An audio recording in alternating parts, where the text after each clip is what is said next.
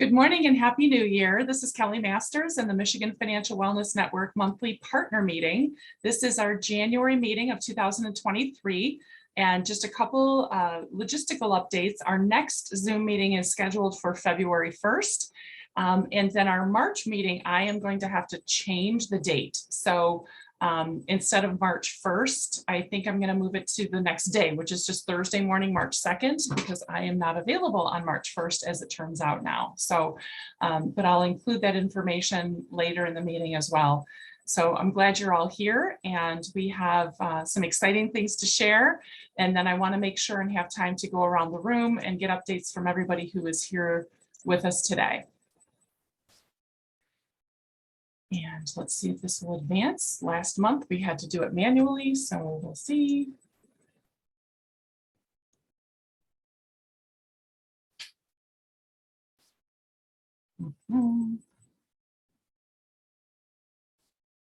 Yeah, this is not working. So I'll just do it this way.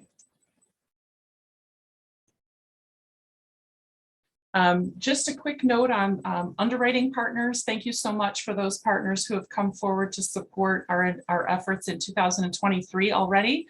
The Michigan Credit Union Foundation, Raymond James, Anthem Advisors, and MCEE, who continues to be our partner and fiscal agent. Thank you all so much. And for those sponsors who supported our work last year, many thanks and much gratitude. And we are still looking for underwriting support for the Wellness Network in general, as well as some specific initiatives that I'm going to cover today, especially our FemPreneur Summit that's taking place on March 8th. So thanks to all of our sponsors that make this work possible, and the partnerships and collaboration and all of the things that go into the success that we have realized over the last few years is remarkable, but it does take some funding. It doesn't take a lot of funding, but it does take some funding to be able to continue doing this. And everyone seems to agree that it is very worthwhile. And so I'm hoping that we have funding to continue the network throughout this year and beyond. So I had hoped to have an update on our Smart Money Magic Show for this year. Unfortunately, I do not, but I just wanted to at least give that as an update for those who are curious. The Smart Money Magic Show is a great program that we've been able to do for the past, I think, 5 years with generous support from Ally Financial. We just haven't been able to move the needle on support for 2023 yet. That doesn't mean that it won't happen. It just means that I don't have that in place as of today. So hopefully at the February meeting or before, if I have information to share before, certainly I can send out a notice, because we want to get that into as many schools as possible. And it might mean that we do magic shows in, April, and then again in the fall, like once they get back to school. I don't know yet. So just stay tuned for updates on that. I think one of my most exciting moments of the past 3 years has been being able to say our very first original publication for our Smart Money Michigan Kids Read project is in the can. And after carrying this baby for the past 3 years, we're able to put it to bed, and just pressed send on final approvals after, I don't know how many, and I'm not exaggerating, hundreds of rewrites and revisions and edits, and a totally new direction in the beginning. And special thanks to those who helped with the review along the way, episodically putting it out for others to chime in. Saving them all of the minutia that I was dealing with, but making sure that we had voices from the libraries, from credit unions, from schools, the Library of Michigan, and all of those who gave of their time and input to make what I think is a really fantastic end product. So our Owl+Otter and the Big Yard Sale story is filled with adorable woodland characters. It focuses on obviously money and counting and entrepreneurship, because they have their little business, their lemonade stand and their cookie stand. And it also focuses on teamwork and problem solving. So, and all of those topics check a lot of boxes for early elementary. So although our book and our program is focused on library story times, it is something that can be used in, really probably pre-K through second grade for sure, maybe even third grade. So lots of thanks to Michigan Credit Unions and the foundation for providing the financial support behind this, and for so many folks having the patience to help me see this through to the finish line. So the book is finished, which they call the spread, which is everything between the covers themselves, the book plate inside the front cover, which highlights who our sponsor is. Those things are all finished and approved and are going to print later this week. That also includes a glossary in the back, which is fantastic for additional learning. So it gives, with cute illustrations, it gives the definitions of supply and demand and teamwork and money and saving and a savings account, cute little raccoon behind a desk like a teller at a credit union or bank. So the glossary is included in the book, which will be published. And then in addition to that, we are working on a supplement, which will be outside of the book itself and will be a PDF of printables and activity ideas that will be provided to participating libraries via email when I send them all of the follow-up details. So every library who has made a request for copies of the book are confirmed, and they will receive the number of copies that they requested.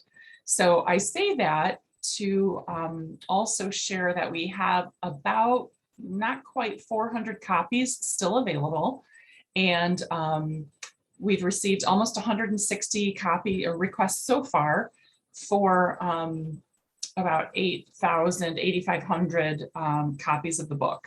So if you work with a library and you want me to check the list to see if they've made a request, I can do that. If you are a library and you don't remember or you don't recall whether you have already made a request or your youth librarian has done that, please have them email me, because it gets challenging. I have several libraries who have submitted duplicate requests. At least it looks like duplicate requests. So multiple requests from the same library. Sometimes it's a different name, a person, sometimes it's a different quantity.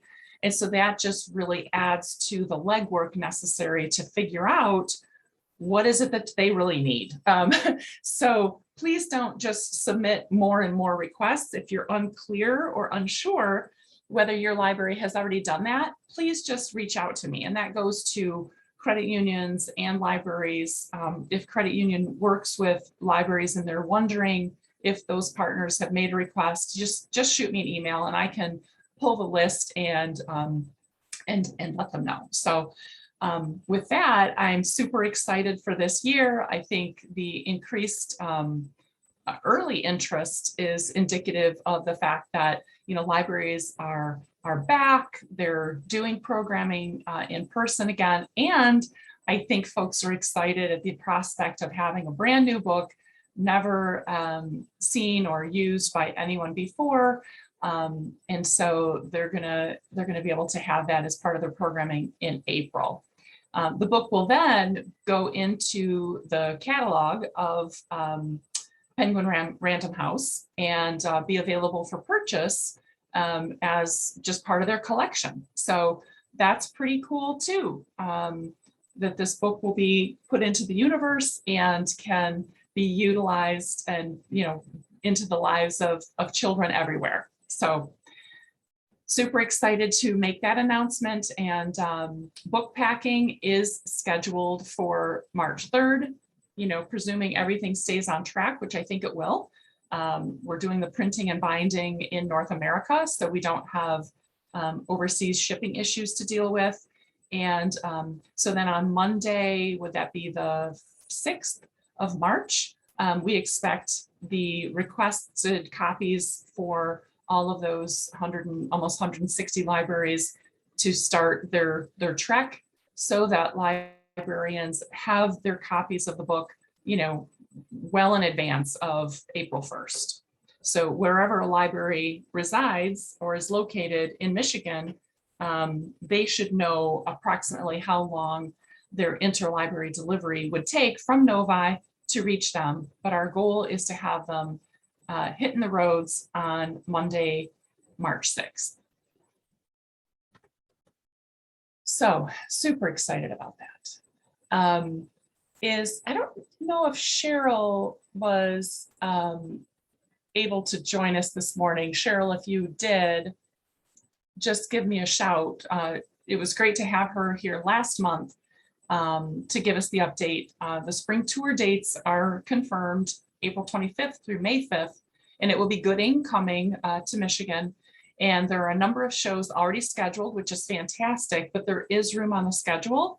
So because they can do up to 2 shows a day. It is quite the setup is pretty intensive. So it does take time for them to travel to the locations. Loria's questions, are others able to get copies of the book?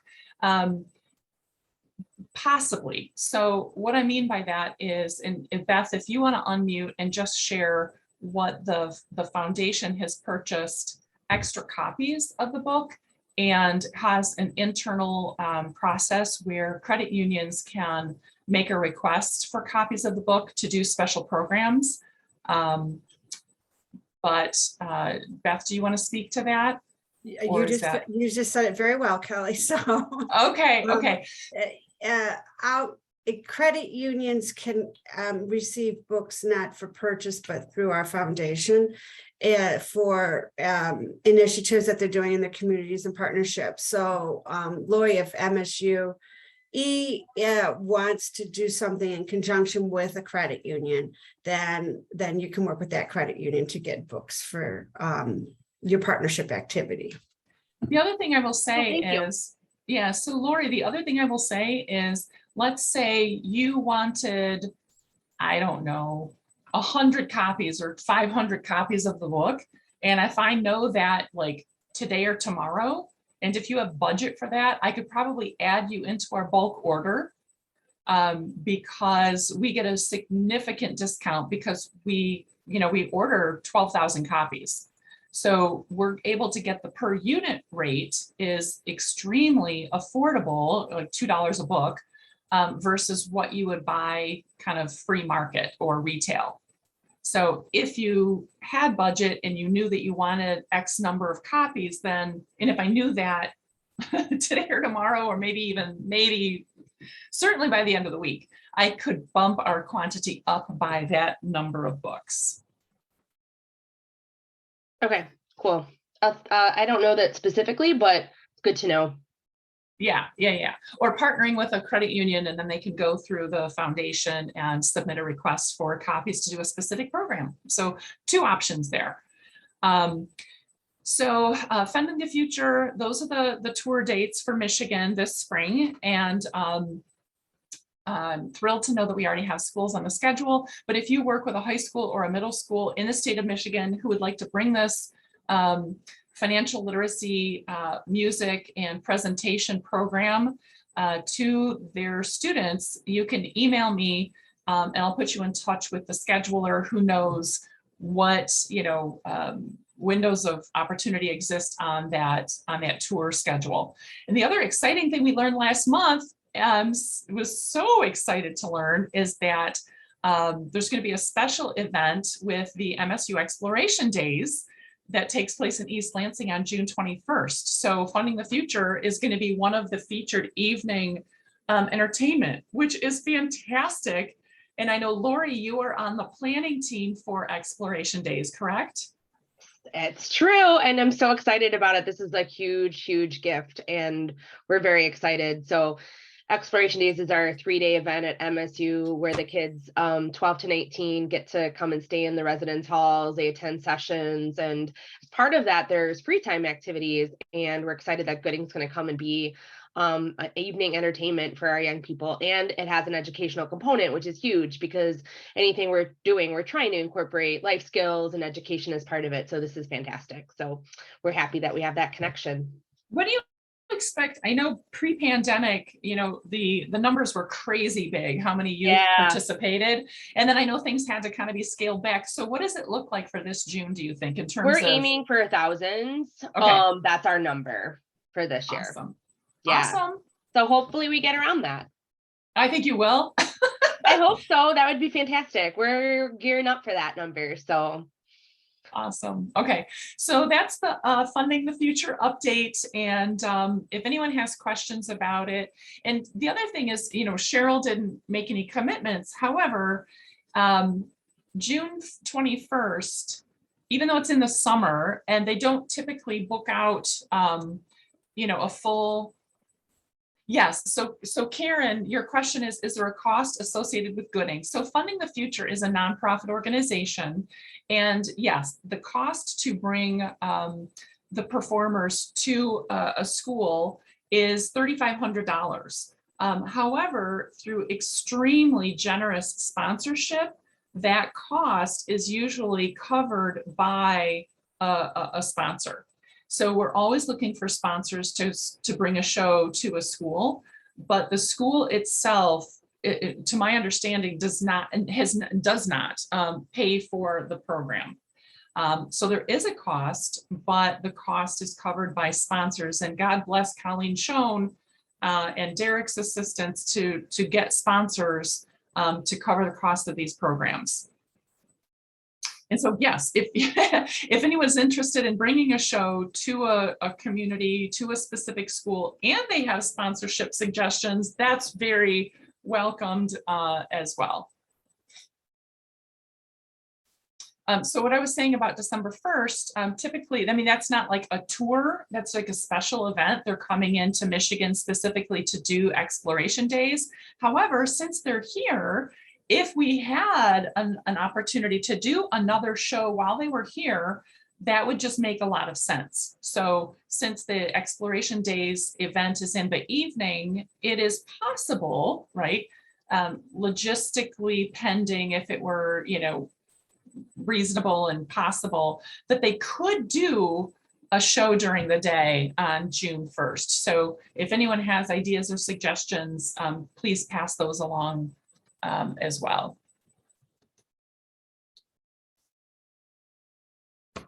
Okay, so I'm sorry about the manual. So Derek, if you want to go ahead and unmute and give us some updates through your lens, that would be fantastic. Absolutely. Well, looking at the slide, there's always a lot of ways that we can partner with people on programming to reach students. One of them was Invest in Girls. This is a very unique program. Obviously, it's just targeted at one gender, but we have a couple different levels of programs for Invest in Girls that can be done either in person or virtually. I think one of the things I want to push next year is to get in with sports teams. I think that with being involved in athletics, I see so much of a need to educate that whole student. And if we can take an hour of a practice once a week, or tack on an additional little bit onto whatever they might currently be doing, we could reach maybe a girls volleyball team at a high school, or a golf team, or whatever else it happens to be, with some great personal finance knowledge and things about managing their lives in the financial sense. So we're always looking for partners who would be willing to fund those opportunities. And we just got done with one that we did at Vista Maria in Dearborn Heights. We had the Personal Finance Institute for Teachers back in November. That went very well. We're looking to expand that in 2023. But again, feeding and stipend costs for teachers, because they're taking a significant amount of time. Those Personal Finance Institutes teachers gave up their time from Friday at 5 p.m. Basically until Sunday at 2 p.m. To get a lot of knowledge in a short period of time. They got kind of two pieces during that. One was an industry professional that came and spoke, and we had people that have attended this group, like Colin Godfrey came, and other members from my board that came and spoke about their professions and their expertise in personal finance. And then we had expert teachers to share lessons. So that's something that we're looking to do more of in 2023. We had a wait list. We had to turn teachers away because we just didn't want it to be too big. So that's something that we'd like to do more of. The personal finance legislation current status is really no change, although in the past month I've heard it's going to be a long time before the guidance document is released. And then last week I saw that the guidance document release is imminent. So that, I think, shows you the politics of that, because there's a new legislature now. My guess is that they feel safe that there's not going to be a legal challenge to it, but we'll see. Again, the issue on that, it gets kind of complicated, but boils down to the fact that the legislation requires a course in personal finance, but the Michigan Merit Curriculum requires credit, but they were trying to get away from seat time. So it requires credit versus a course, and those are two very different things. You can take one course and receive multiple credits. So the Department of Education's supposed to, their bureaucracy, they're supposed to execute the laws that were passed by the legislature, but they've gone into the business of interpreting laws as well, and have interpreted this to be saying that, number one, they were going to keep the state standards as they are currently, which are very broad and non-specific and contained within the economics standards as one little part of the economic standards. And they also basically taken the stance that schools can allow their economics, if a student's taking an economics course, which they are required to graduate, that the economics course also would fulfill the intent of the law, that they could get credit for both economics and personal finance, despite the fact that it isn't tested and some teachers don't teach it at all. And, if they do, it's 2 to 3 weeks.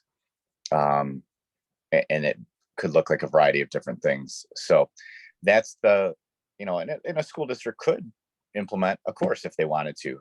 That's their stance on the implementation guide that I've seen so far. That's what I would expect to happen when it comes out. So essentially what that would mean would be no change from what we currently had before the law. That would be very unfortunate. I am hopeful that one way or another, we do get the intent of the law. But the first step is going to be, we can't go out there and attack the Department of Education because they would just say, well, we don't have anything finalized yet. Right. So we have to wait till they finalize that, and then we'll figure out what we're going to do next about that. And then Smart Path is still active for Michigan teachers with the alignment to state standards. They continue to add to things that they're doing with additional videos and curriculum support for racial and social justice and so many other issues. And I'm trying to think of the latest videos they were just recording, but they haven't been released yet. So they're continuing to make that a more robust product. And we are thankful that we had the Michigan Credit Union Foundation sponsor that. Last year, I've not received word yet on if that's going to happen for this next year, but we will see on that. So really, other than that, we are continuing to always just look for ways to get teachers, get school districts resources they need to help with educating their students. Sometimes it's curriculum, sometimes it's speakers. It's really just, if you want to help get connected to some schools, we might be a good conduit for you to do that. So reach out if you need anything. And that's, I believe, all for me, Kelly. Thank you so much. All right, so here's my other big announcement. Many of you are aware of our FemPreneur Summit that we did annually pre-pandemic in person, and it started many years ago as just a small business summit, entrepreneur summit, and then which was very, very broad. And then it kind of, the pendulum swung to being much more, very, very narrowly defined for a year. And then we kind of settled in this area of female entrepreneurs and what are the needs of solopreneurs, of female small business owners, everybody from, I have a dream on a cocktail napkin to I'm a second stage business and I have 6 employees. And I'm thrilled to say that we are back in person. During the pandemic, like many, we pivoted to an online event and it was great. It worked out well. We used a lot of breakout rooms and were able to do networking and things through Zoom rooms, but it just wasn't the same. Let's be honest, being in person in a room with 100 enthusiastic, powerful, passionate women, it's hard to replicate that like this, right, on a screen. So we dipped our toe in the water back in September, and like with a lot of things, it was a little bit slower. And I think September's not a great time for a female entrepreneur event because we're getting kids back to school and we're still trying to go up to the cabin and we're doing, fall yard work. So we've decided that we're going to get back on track and do our 2023 FemPreneur Summit on March 8th in person at the Conference Center at Ward Church, which is easy on, easy off the freeway of 275 and 96, on the border of Northville and Livonia. It's a fantastic venue. We have the date and location locked in. And just in the last 4 days, we have been able to secure a tremendous number of our panelists and speakers. So again, I feel like, this is coming to fruition. It's going to be a powerful day. There is opportunity for sponsors and exhibitors as well as participants. So all of those are currently open and accepting registrations. Our first sponsor is the one and only Colleen Schoen of Anthem Advisors. I'm really excited to have Colleen involved.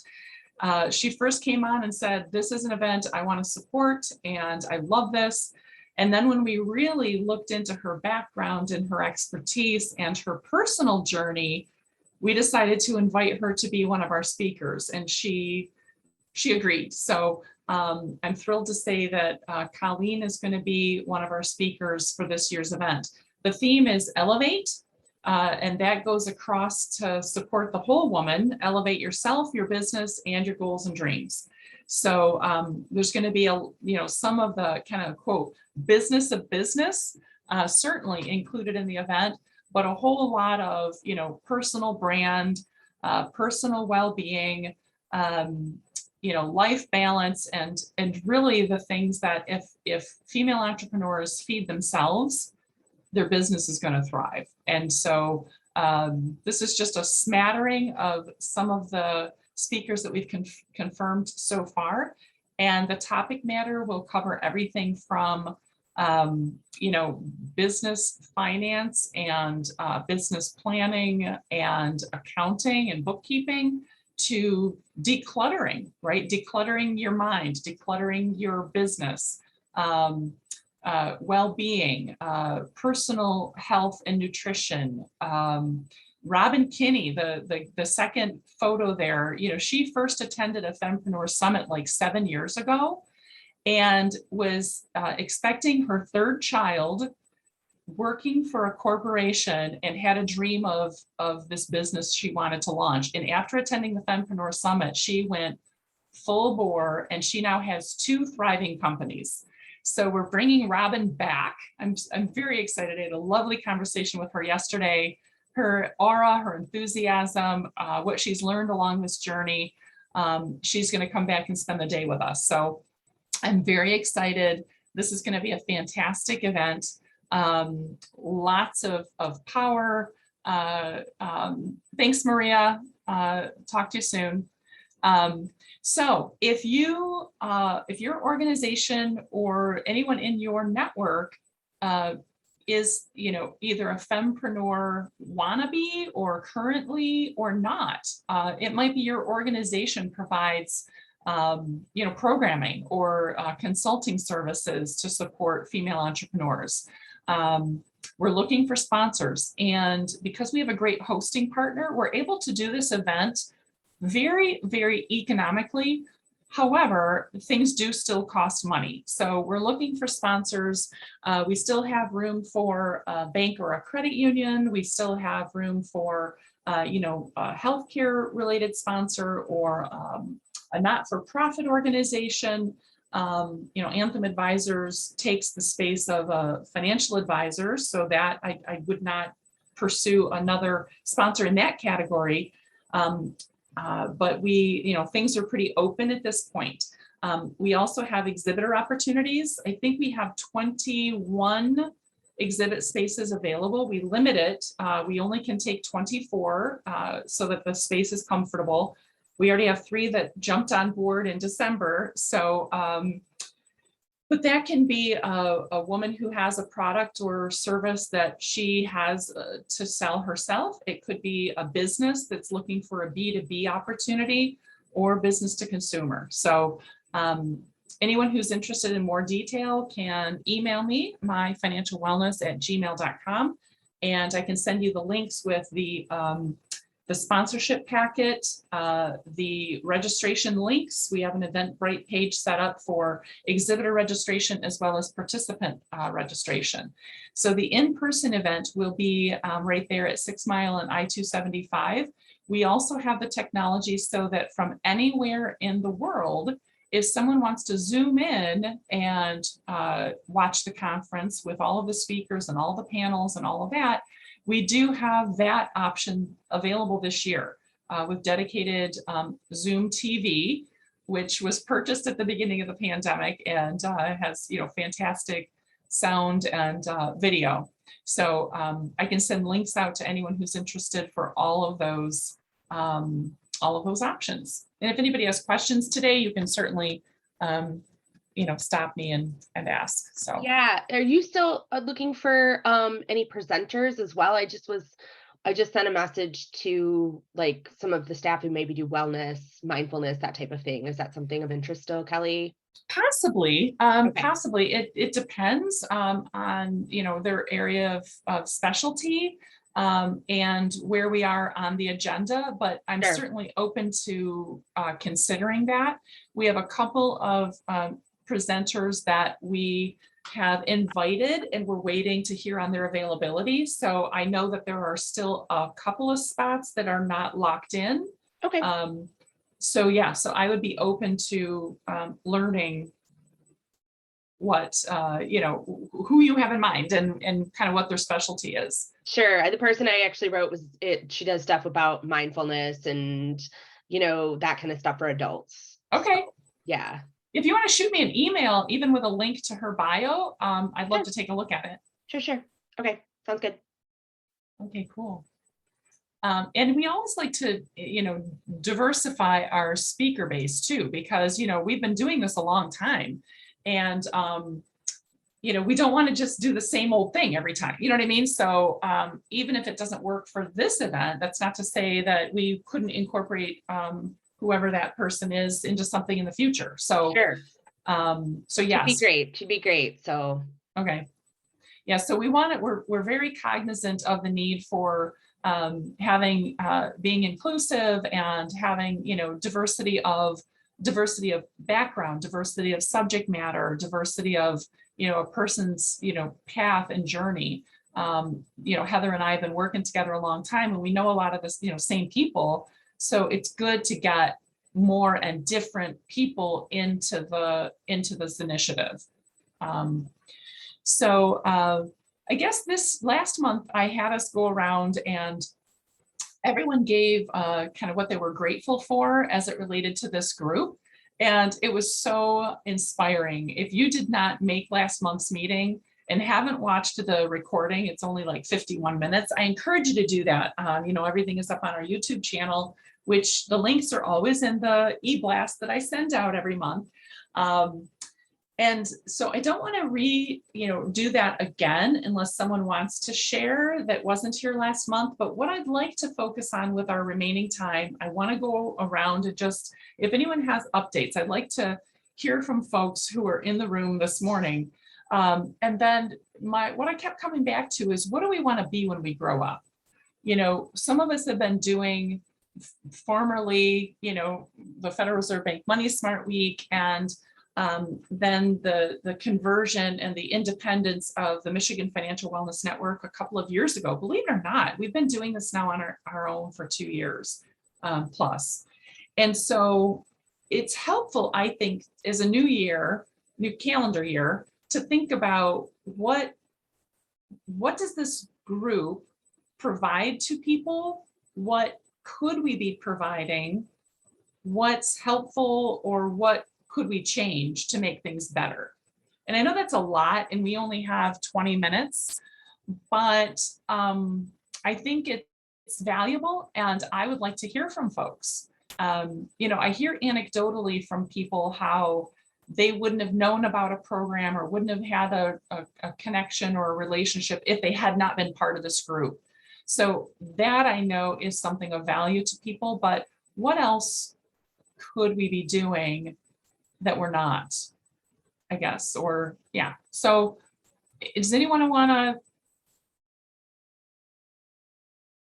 share their thoughts, or should I just start calling on people?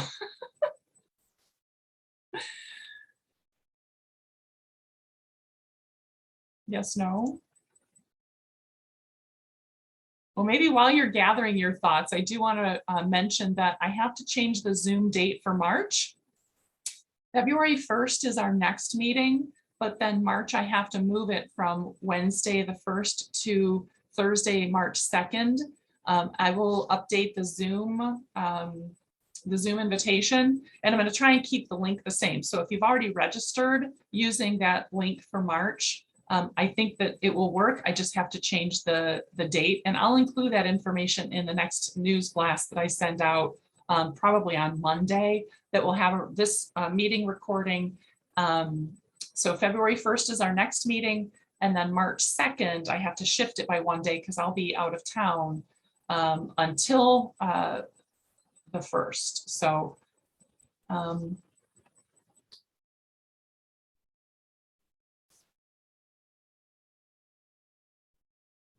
Aldina, do you want to chime in? I don't know. I know maybe that you're in a tough spot. Lori, Andrea, Beth, Derek. I don't know if I have any specific thoughts. I mean, Okay. Anybody else has others?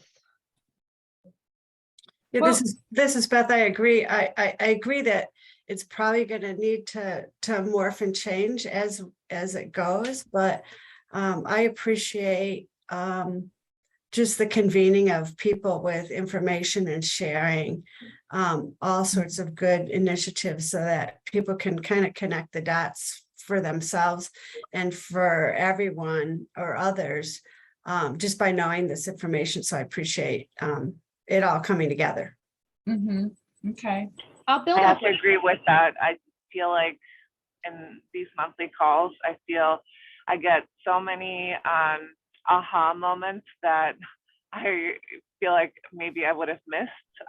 So this is a great connection point for me personally. I can say that I'm gaining a lot of resources, a lot of connections, and as I'm getting more comfortable in my new role, I'm able to connect people to resources that I have not been able to do before. So I don't know if that is helpful because I don't really have any newer things that we could do different. So for me, currently what we are doing is working because I'm getting so many good new things out of it, but that's just kind of my input.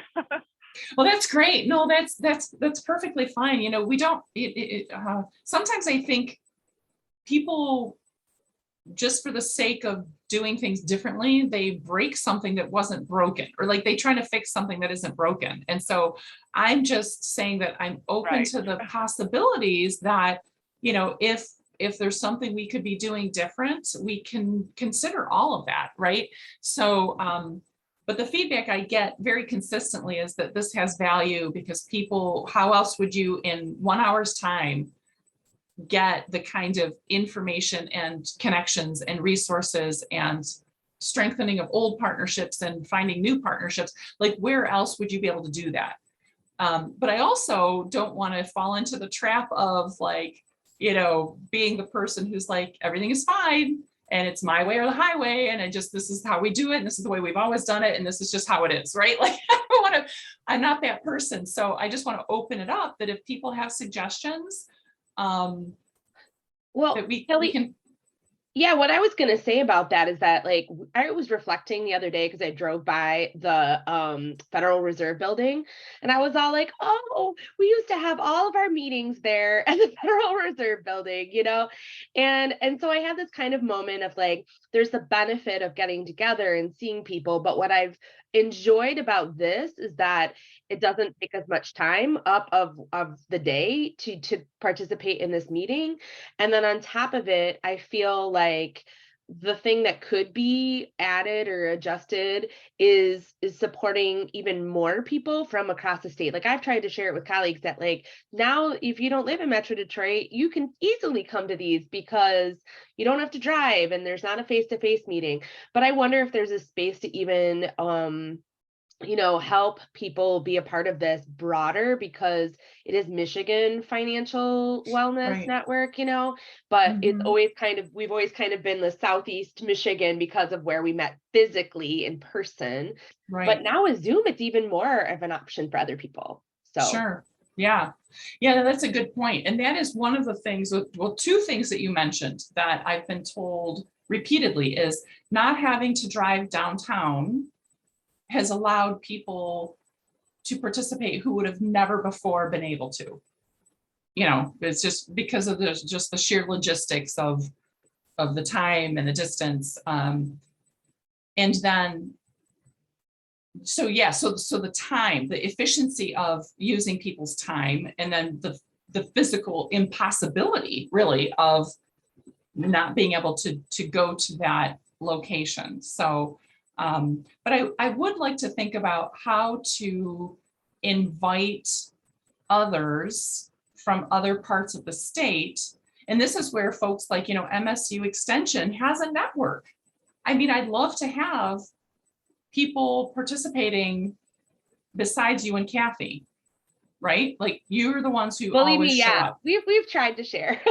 Yeah. So, but I'm saying, like, that's an example of there are models that have these micro networks, right? That are like internal networks. And the same thing with like credit unions, you know, some months we have a number of credit unions here and some months we don't. I'd love to have more credit union participation. And I know that, you know, Andrea and Beth are good about with their bi-monthly educators meetings, keeping people apprised of specific initiatives, but that's not the same thing as showing up and actually meeting other people that you can then pursue relationships with on your own. So maybe the next thing that we think about and pursue is, how do we have more robust attendance in person, like in real time, from other areas of the state? So yeah, I appreciate that thought, Lori. Anybody else? Well, I'm going to just then close us out and say, you know, thanks everybody for what you're doing and for taking time out of your day, and a very happy new year to all. And I'm enthused about some of the things we have happening, and I look forward to continuing this work on February 1st. And in between, you can always reach me at My Financial Wellness. That's MIFinancialWellness@gmail.com. So you don't have to wait until February 1st if there's something that you want to connect with me about. And then a last reminder that our March meeting is being moved to Thursday, March 2nd. All right. Thank you all.